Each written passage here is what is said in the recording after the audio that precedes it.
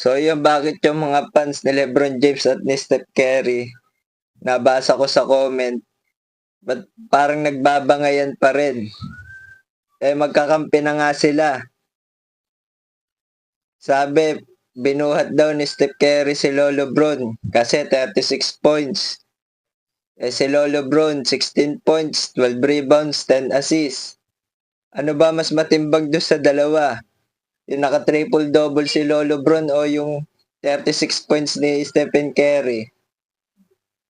Siguro yung assist ni Lolo Bron, kanino pinapasa yun? Galing sa 3 points ni Steph Curry yun, yung mga score ni Steph Curry galing kay Lolo Bron. Eh yung mga rebounding, nakaka-rebound ba si Steph Curry?